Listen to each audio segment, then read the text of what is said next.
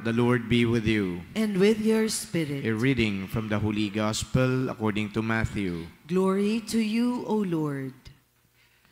Jesus said to his disciples, "What is your opinion? If a man has 100 sheep, and one of them goes astray, will he not leave the 99 in the hills and go in search of the stray?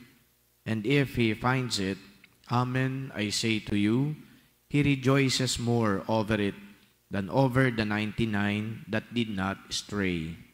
In just the same way, it is not the will of your heavenly Father that one of these little ones be lost."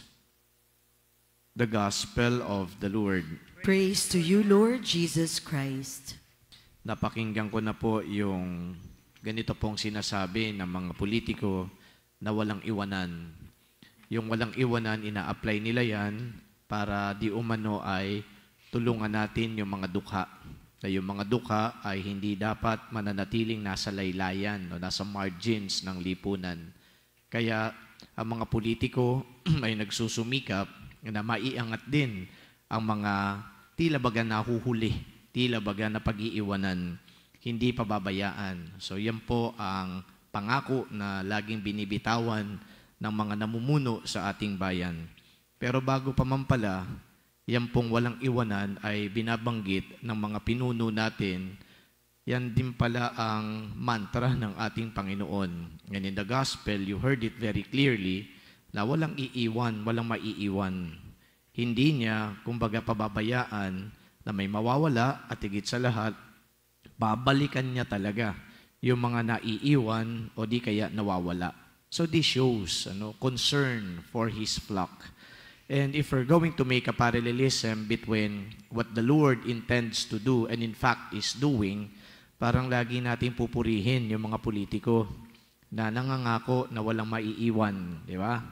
Yun nga lang, ang malaking pagkakaiba sa Diyos at saka sa mga politiko, yung Diyos kapag nagsalita, tinutotohanan niya. Pero yung mga politiko nananatiling pangako. Dahil ngayon, marami ho talaga mga Pilipinong naiiwan. Meron po sa inyo, magno-Noche Buena, lampas-lampas ng 500 ang presyo ng kakainin ninyo. Yung iba, hindi nga po aabot ng 500 at ito'y pinagtatalunan nila. So, ibig sabihin, meron pong magno-Noche Buena na maaring 100 pesos lang ang kayang bilhin. Baka yung iba 50 pesos, baka yung iba nga wala. So ito ay nananatili na parang nahuhuli na pag-iiwanan. Pero nasaan ngayon yung mga nangangako na hindi po sila maiiwan, na hindi sila tatalikuran? So that remains to be seen. It remains a promise that is not fulfilled. Again, I'd like to emphasize that when Christ promises something, He delivers on His promise. Naalala ko yung aklat ni Saint Antoine d'Exupéry. Alam po ninyo yon? Anong pamagat? Alam ninyo? Hindi nyo alam. The Little Prince. Okay? Sabi nung fox to the little prince, nung nagbibigay yung fox, kasi yung fox medyo wise eh. He was advising the little prince.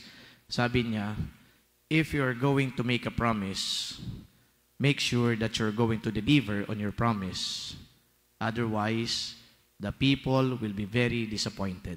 Yun ang sinabi ng fox to the little prince, which is, I think, a very pragmatic advice. Kapag ikay mangangako, talagang totohanin mo yung pangako mo. Dahil yung mga pinangakuan mo, madi-disappoint kapag hindi mo yan ginawa. And I guess, many people today are very disappointed.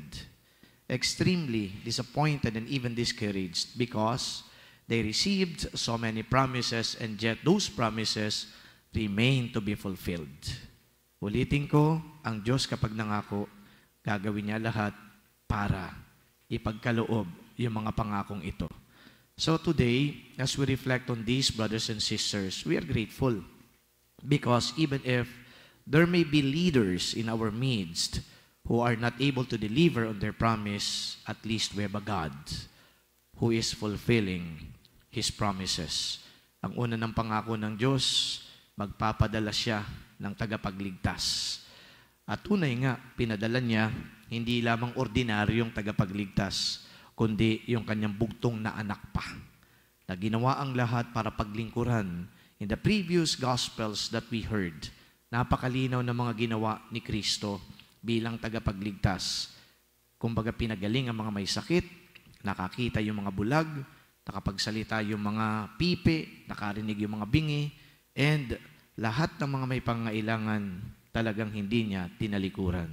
So grateful to have a God who promised to send us a Messiah. He fulfilled that promise. As we continue to celebrate this Eucharist, brothers and sisters, it is always rather a challenge for us to look forward and to hope in God. Dahil ang Diyos na ito, tunay nga, hindi mang iiwan, aakayin ka para lalo kanyang alagaan. Amen.